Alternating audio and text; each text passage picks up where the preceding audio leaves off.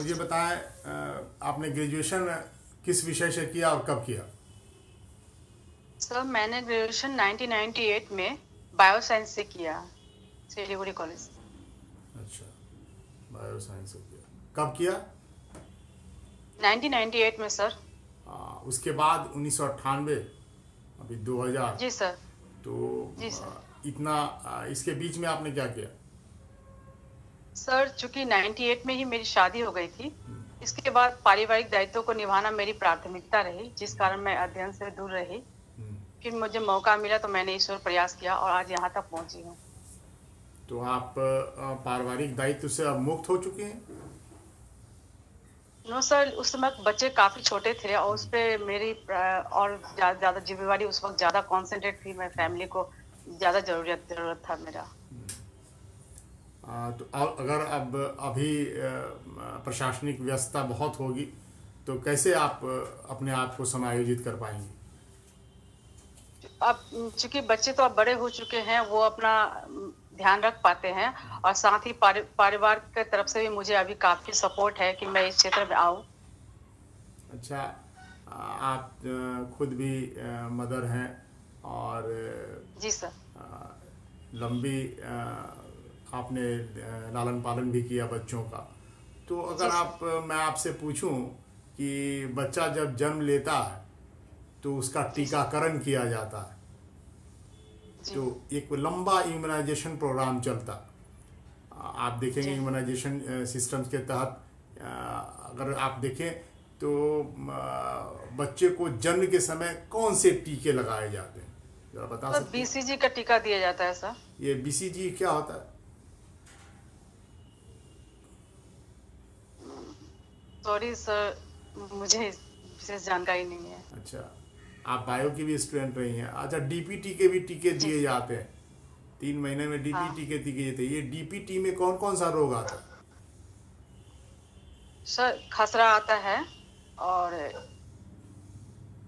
एक दो है सर, मुझे अभी रिकॉल नहीं कर पा रही हूँ। DPT 3 रोग है। D से क्या, P से क्या, T से क्या? डायरिया,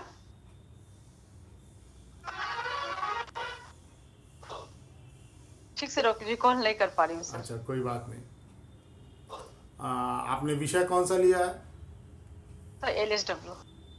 तो आप तो बायो की स्टूडेंट रही हैं, तो फिर LSW लेने का पीछे रीजन? आप बायोलॉजी ले सकते थे, बॉटनी ले सकते थे, जूलॉजी ले सकते थे।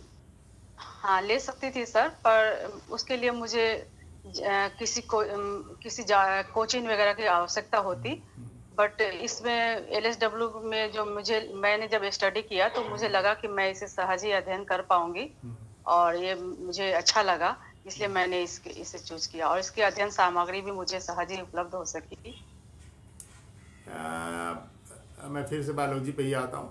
एक हीमोफीलिया एक रोग होता। जी सर। क्या होता है इस रोग में? सर इस रोग में जो रोगी यदि किसी भी कारण से उसका कट फट जाता है तो ब्लड का रोकना मुश्किल हो पाता है। ब्लड लगातार बहता रहता है। फिर किस में होता है? ये सभी में होता है? सभी मनुष्यों में हो सकता है? सर कुछ खास होते हैं जिनमें ये चीज होता है। मुझे अभी याद नहीं आ रहा सर, लेकिन खास व्यक्ति में ही होता है ये जो। महिलाओं में होता है? विशेषकर पुरुषों में होता है सर। विशेषकर पुरुषों का मतलब नहीं समझा मैंने। महिलाओं में हो सकता है कि नहीं हो सकता है? मुझे जहां तक याद है सर, पुरुषों में ही होता है, महिलाओं में नहीं होता है। यानी कि पुरुष रिस्पॉन्सिबल होता है इसको, पुरुष के हार्मोन से जाता है क्या ये? नहीं, इसको कैरी तो महिलाएं करती है, स्त्री कैरी करती है। अच्छा, महिलाएं कैरी करती हैं, लेकिन महिलाओं में ये रोग होता नहीं। नहीं सर। अच्छा, ये रक्त का थक्का जमने की आपने बात की कि हीमोफीलिया में रक्त का थक्का नहीं जमता। ये रक्त का थक्का जमता कैसे, प्रोसेस क्या है इसका?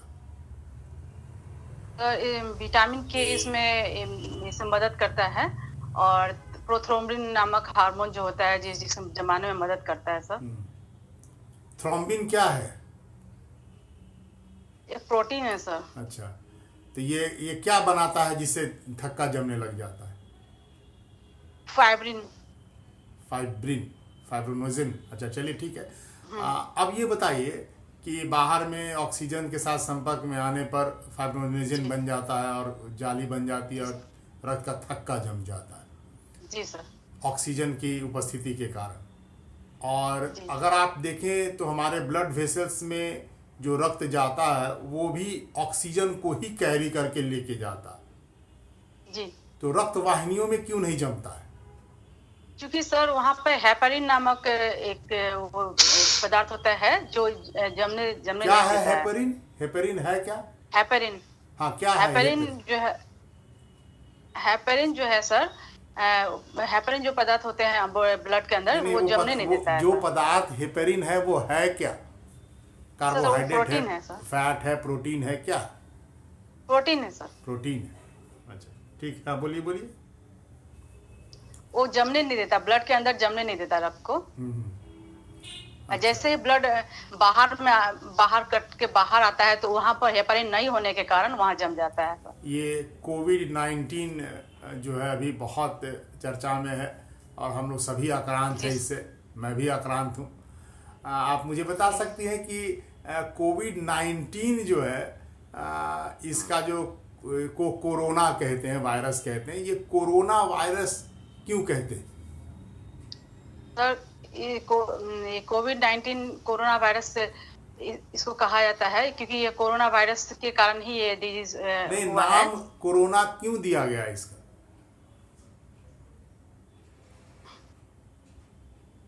Sir sorry sir.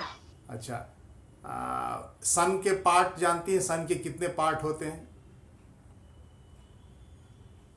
जी सर। सन के, सूर्य के कितने जी लेयर्स होते हैं?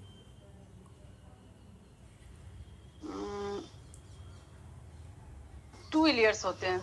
कौन कौन, जरा बताएंगे?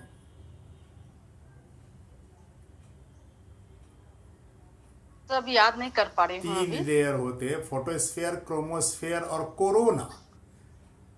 वो ओके। ये कोरोना वहीं से आया है।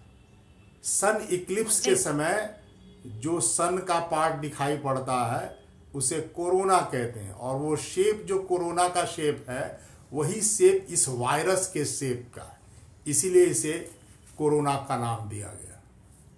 Thank you sir. चलिए, कोई बात नहीं। अच्छा, अभी बहुत सारे बॉटनी में भी आपको पढ़ना होगा। बहुत नई तकनीकें से उत्पादन में वृद्धि की जा रही है कृषि के क्षेत्र में। जैसे बीटी कपास का नाम सुनी होंगी, पहला जो बैसिलस थीरोजेनेसिस बीटी, ठीक है। तो ये बीटी कपास जो है किस तकनीक से उपजाई जाएगी?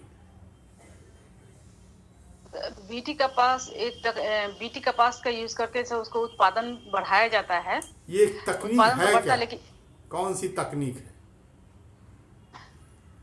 बैसिलस थीरोजेनेसिस कौन सी तकनीक है?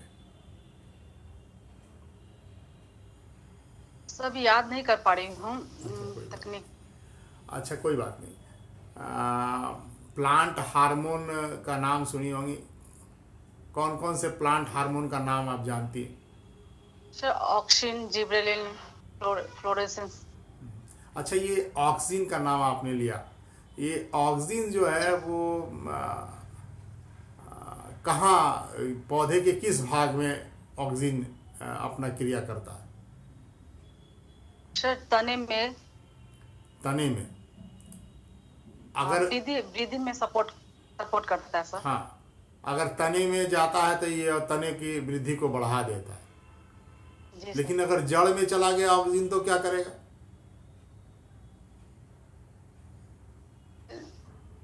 उसको सर मिट्टी से जोड़ के रखेगा सर। अच्छा, मिट्टी से जोड़ने का काम करता है। मजबूती प्रदान करेगा उससे अच्छा, भी। अच्छा, कोई बात नहीं। देखिए, एक हार्मोन है ऑक्सीटोसिन। ऑक्सीटोसिन, यस हाँ, सर। जानते हैं। और इस ऑक्सीटोसिन का अभी बहुत दुरुपयोग भी किया जा रहा। आप देखेंगे कि चाहे वो पौधे हैं उनमें भी ऑक्सीटोसिन दिया जा रहा है, और गाय को तो दिया ही जा रहा है, दुधारू पशुओं को तो दिया ही जा रहा है। ये ऑक्सीटोसिन पर प्रतिबंध क्यों नहीं लगाए सरकार पा रही है सरकार? इसके उत्पादन पर ही प्रतिबंध लग जाना चाहिए। क्या होता है ये oxytocin? Sir oxytocin female hormone है, और ये जो है दुग्ध नहीं, ये उत्पादन तो में हेल्प करता है। हाँ जी। दुग्ध उत्पादन में हेल्प करता है सर। अच्छा, और तो ये तो नेचुरल वे में ऑक्सीटोसिन आपके शरीर में पाया जाता, महिलाओं के शरीर में पाया जाता, अतिरिक्त इसका उत्पादन करके सुई दी जाती है। ये ऑक्सीटोसिन क्यों ऐसा, इस पर प्रतिबंध क्यों नहीं लग पाता? सर इसके एक मार्केटिंग जो है, इसके मार्केटिंग सरकार रोकने में सक्षम नहीं हो पाई, क्योंकि लोग इसका यूज करके पशुओं से ज्यादा मात्रा में दुग्ध उत्पादन करना चाहते हैं, जिससे वो अपने आर्थिक स्थिति को जरूरतों को पूरा कर पाते हैं। अच्छा, आप LSW ली हैं, तो आप बता सकती हैं कि इन जितने एक्ट आपको पढ़ने हैं, इन सब एक्टों में सबसे महत्वपूर्ण एक्ट किसको आप मानती हैं? सर मातृत्व लाभ अधिनियम। क्यों? मुझे ये ज्यादा पसंद है सर, क्योंकि इसमें माताएं और बच्चे से संबंधित है। अच्छा, तो ये क्या प्रावधान है इसके? इसमें जो माँ होती है, उनको प्रेगनेंसी पीरियड में उन्हें जो है सैलरी के साथ उसे लीव दे जाती है, ताकि वो अपना ध्यान रख सके और एक स्वस्थ बच्चे को जन्म दे सके। देखिए, अभी एक न्यूज़ में भी आया, उत्तर प्रदेश में एक प्रोबेशनर जो SDM थी, वो UPSC कंप्लीट की थी, और इसी दौरान उनकी शादी भी हुई, और उसके बाद उन्होंने एक बच्चे को जन्म दिया। बच्चे के जन्म के 16 दिन बाद ही वो सेवा ने फिर से ज्वाइन कर लिया। उन्होंने मैटरनिटी लीव नहीं ली। तो इसे आप किस रूप में देखती हैं? सर वो अब शायद वो शारीरिक रूप से अपने को सक्षम समझी हो कि वो जॉब कर सकती है, और साथ ही उनका जॉब जो है जॉब ज्यादा, क्योंकि जॉब को ज्यादा देर तक लीव देना उन्हें पसंद ना हो, क्योंकि उनका जॉब लगता हो कि जॉब ज्यादा जरूरी है, उस समय उनको जरूरत है उस चीज की, जॉब को उनकी जरूरत है शायद। आप मातृत्व हित लाभ सरकार देती है, और उसका मूल उद्देश्य यही होता है कि बच्चे के का लालन पालन ठीक ढंग से हो पाए, उसको किसी प्रकार का संक्रमण से बचाया जाए।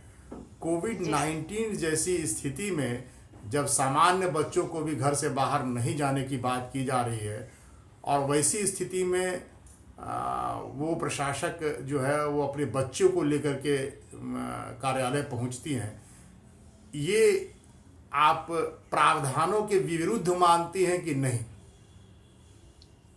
ऐसा नहीं किया जाना चाहिए सर, क्योंकि बच्चे को लेकर जाना सही नहीं होगा। वो लेकर के कार्यालय में बैठती हैं, उनका वायरल हुआ उनका वीडियो भी, और उनको CDO भी बना दिया गया उनकी पुरस्कार स्वरूप। तो आप मुझे ये बताएं कि ये बढ़ती हुई महिलाओं की महत्वाकांक्षा है, या अपने कर्तव्यों के प्रति, व्यक्तिगत कर्तव्यों के प्रति उपेक्षा? महिलाओं की महत्वाकांक्षा है सर। चलिए, मुझे बता सकते हैं, क्राई नामक संस्था है, ये क्राई क्या है?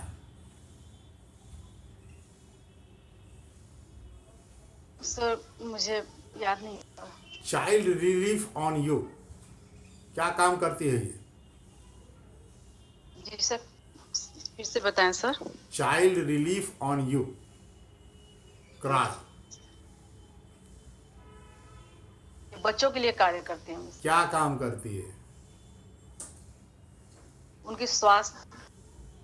अच्छा, अंतर्राष्ट्रीय स्तर पर कोई दो संस्था का नाम बताइए जो बच्चों के लिए काम करती है। सर यूनिसेफ है, और बच्चों के स्वास्थ्य के प्रति कार्य करती है। यूनिसेफ और यूनेस्को। हाँ, यूनेस्को है। तो और ये जरा यूनिसेफ का फुल फॉर्म क्या होता है, यूनेस्को का फुल फॉर्म क्या होता है, जरा बता सकते हैं? Sorry sir. अच्छा, यूनिसेफ और यूनेस्को के कार्यों में क्या अंतर है? यूनिसेफ बच्चों के स्वास्थ्य से संबंधित कार्य करती है, और यूनेस्को है बच्चों के शिक्षा, संस्कृति और विज्ञान से संबंधित जो है वो उस पर कार्य करती है। यूनेस्को के गाइडलाइन पर 86वां संविधान संशोधन आया। ये 86वां संविधान संशोधन के द्वारा कहाँ कहाँ संशोधन किए गए?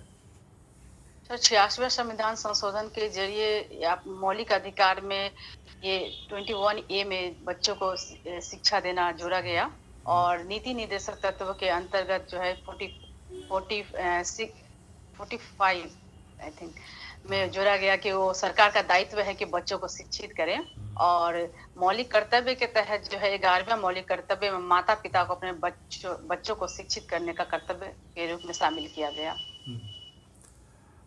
यदि आप एक प्रशासक बनती हैं और किसी होटल में आप गई हैं खाना खाने के लिए, और वहाँ आपको एक बच्चा दिखाई पड़ता है जो आपके लिए खाना लेकर के आता है, वैसी दशा में आप कौन सा स्टेप उठाएंगे, क्या करेंगे आप?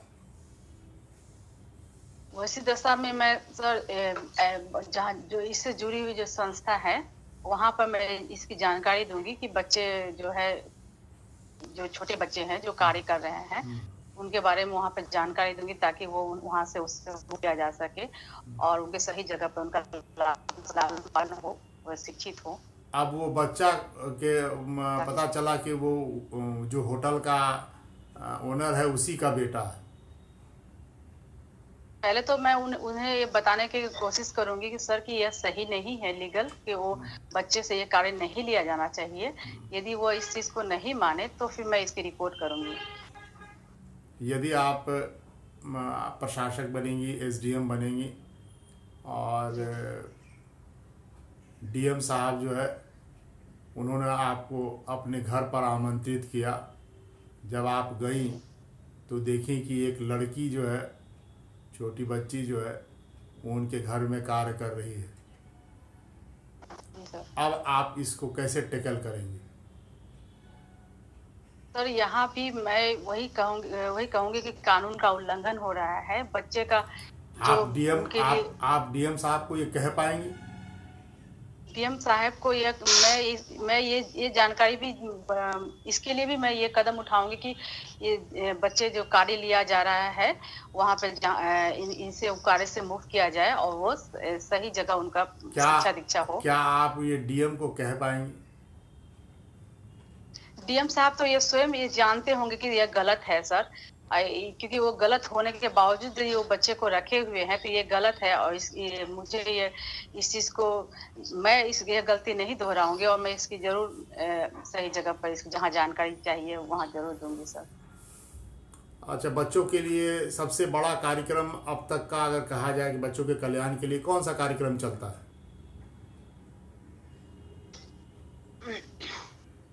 बाल कल्याण सर। बाल के कल्याण के लिए कौन सा कार्यक्रम सबसे ज्यादा चलाया जाता है?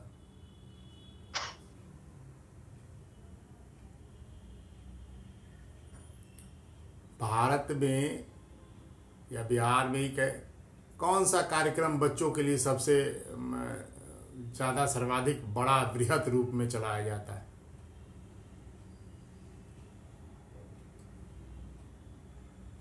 क्या मुझे सुन पा रही हैं आप?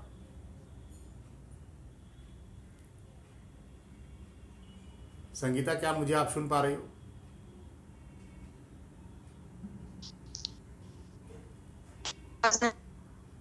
क्या आप मुझे सुन पा रही हैं? लिंक टूट रहा।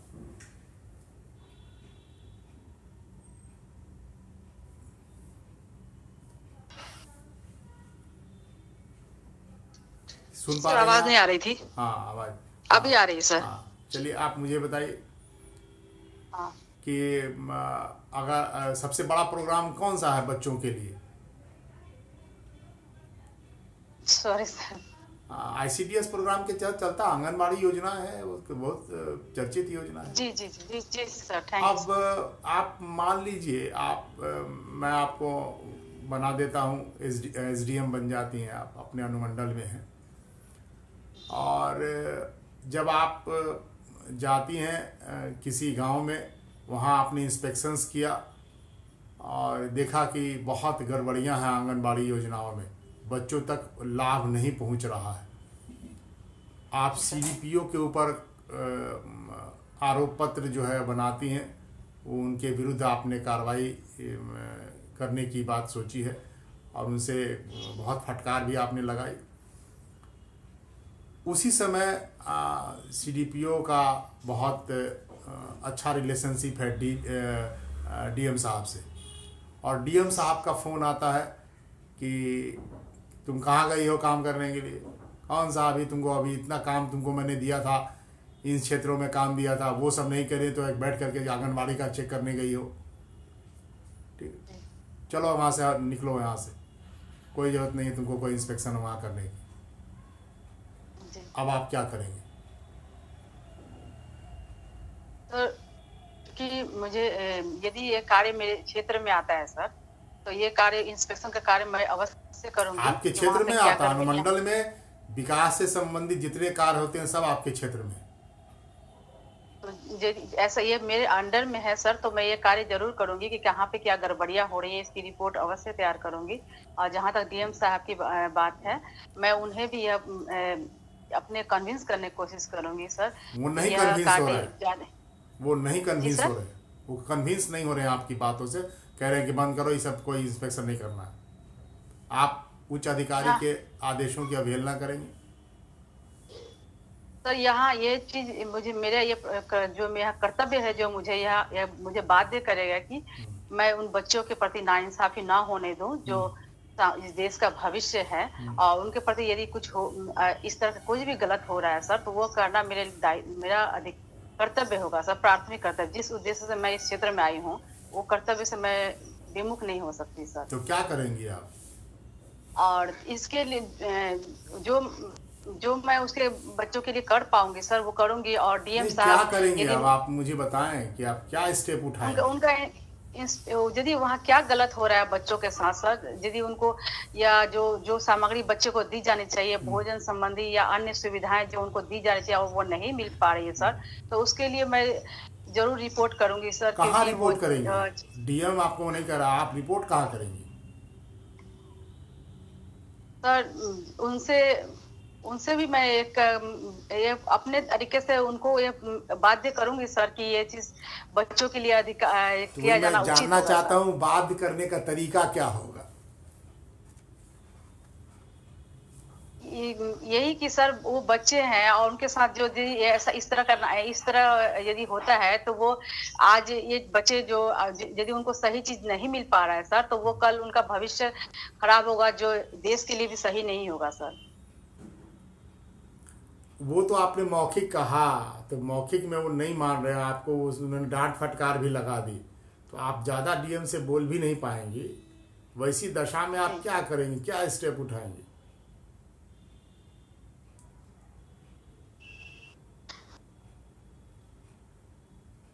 अच्छा, आपका पद का क्या क्रम दिया है आपने? Sir SDM sir first rank पे दिए सर, दिया। और सेकंड में सीटीओ पीआरटीओ। अच्छा, तो अब मैं और भी प्रश्न पूछ रहा हूँ आपसे। जी सर। आरक्षण को आप किस रूप में देखती हैं? सर आरक्षण, मेरे हिसाब से आरक्षण जो है दिया, जहाँ तक आरक्षण देने ना देने का जो सवाल उठता रहता है बीच इसमें, तो मेरे अनुसार आरक्षण को तब तक जारी रखा जाना चाहिए जिस उद्देश्य से आरक्षण की व्यवस्था की गई थी। संविधान सभा में जो लोग थे उन्होंने क्योंकि समाज में बहुत सारे लोग हैं जो सामाजिक शैक्षणिक दृष्टि से पिछड़े हैं और उनको समाज के मुख्य धारा में लाने के लिए व्यवस्था की गई थी। और यदि वो तबके जिनके लिए व्यवस्था की गई है, वो जब उस बराबरी को अभी हासिल नहीं कर पाए हैं, तब तक उन्हें जारी रखा जाना चाहिए। और साथ ही जो लोग इस आरक्षण का लाभ लेके सही जो जगह चाहिए उन्हें मिल चुका है, उनको ना देकर उसी वर्ग के अन्य लोगों को यह लाभ दिया जाना चाहिए। क्योंकि बारंबार वही लोग आगे बढ़ रहे हैं और जो जो पिछड़े हैं वो पिछड़े ही रह जाते हैं। तो तो इसमें ये कम से कम आप मानते हैं कि इसमें सुधार होना चाहिए? जी सर, जो जिन्हें आरक्षण मिल चुका है, जो एक स्टेज पे सही स्टेज पे आ चुके हैं, उनके बच्चों को आरक्षण न देकर उसी वर्ग के उन लोगों को दिया जाना चाहिए जो इसका लाभ नहीं ले सके अभी तक। कुछ लोग ये कह रहे हैं कि इसको शैक्षणिक और जो सामाजिक आधार पर जो आरक्षण है उसको हटा करके एक ही आधार कर दिया जाना चाहिए, और वो है आर्थिक आधार। तो क्या ये आर्थिक आधार के आधार पर अगर कर दें तो उद्देश्य पूरा हो जाएंगे? मेरे हिसाब से सर ऐसा नहीं हो पाएगा, क्योंकि बहुत सारे लोग हैं जो समाज में उन्हें सामाजिक बराबरी की प्रतिष्ठा नहीं मिल पा रही है। तो आर्थिक आधार पर सिर्फ होने से वो प्रतिष्ठा तो उन्हें नहीं मिल पाएगी। अच्छा, तो ये अभी आर्थिक आधार पर 10% का जो आरक्षण दिया गया, ये आपकी ये दृष्टि सही है में, सर। आपकी दृष्टि में मेरे सही है हिसाब से ये कि सही है? जी सर। तो हमारे क्योंकि आर्थिक आधार पर बहुत सारे जो उच्च वर्ग के लोग भी हैं, वो भी बहुत सारे हैं जो बहुत ही आर्थिक दृष्टि से बहुत ही कमजोर है, और जिनके बच्चों को आगे आने के लिए इसकी आवश्यकता है कि वो भी आगे आए। अच्छा, विश्व में कहाँ कहाँ आरक्षण की और व्यवस्था है, जानती हैं आप? जी नहीं सर। अच्छा, कोई बात नहीं।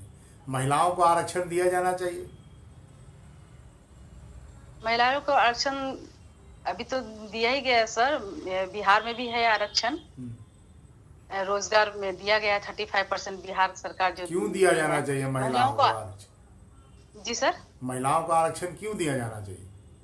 महिलाएं तो सर महिलाओं को हमेशा से ही महिलाओं को जो है पुरुष प्रधान समाज में उन्हें कमजोर दिखाया गया है, और वो आगे मतलब बढ़ने में उन्हें बहुत प्रॉब्लम फेस किया गया है। तो सरकार ये चाहती है कि उन्हें ये आरक्षण देकर ज्यादा से ज्यादा महिलाएं ऊपर आए, ताकि उनका सशक्तिकरण हो और वो आगे बढ़े, वो पुरुषों के बराबरी में वो भी समाज में अपना योगदान दे सके।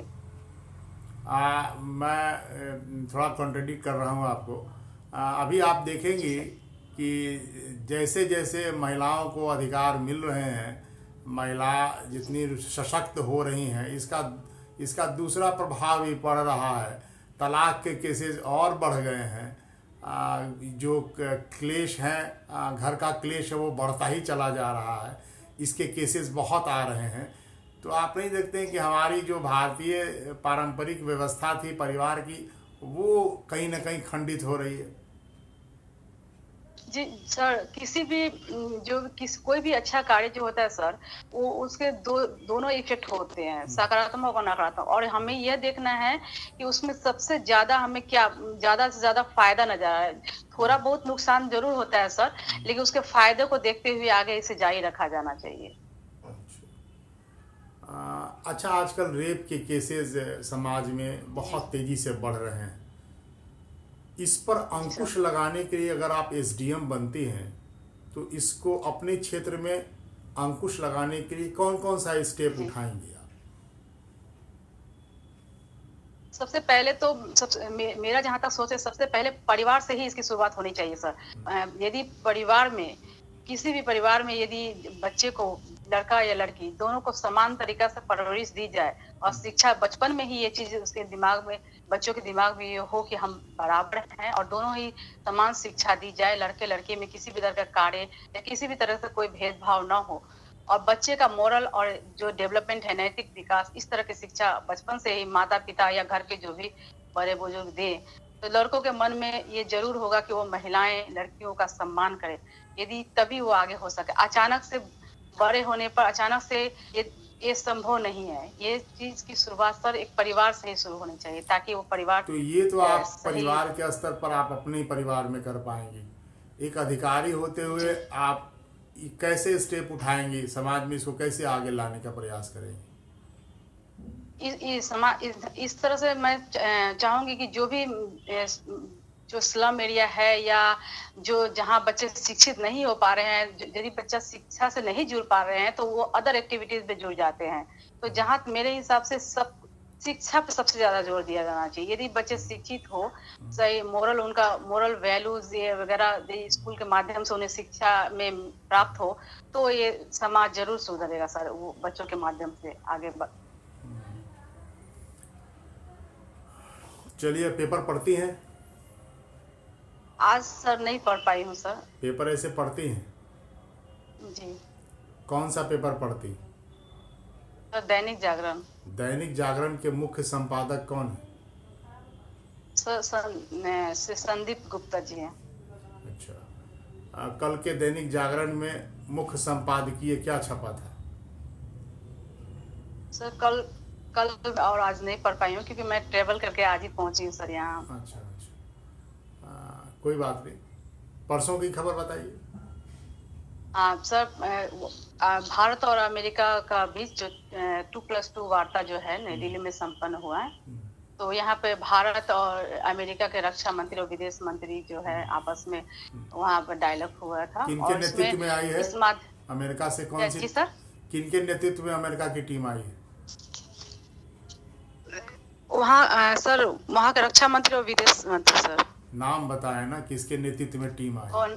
सर माइक पोम्पियो वहाँ के विदेश मंत्री और रक्षा मंत्री मार्क एस्पर जी आए हैं और भारत के रक्षा मंत्री राजनाथ जी और विदेश सचिव श्री जयशंकर प्रसाद जी। पैक्ट हुआ दोनों के बीच में, समझौता क्या हुआ?